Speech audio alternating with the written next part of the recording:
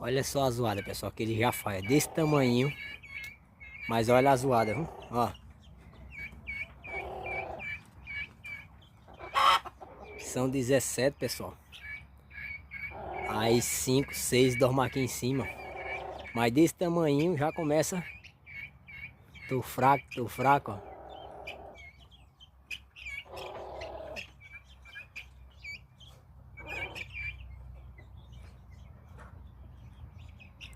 Isso aqui é do lado do curral dos carneiros, olha.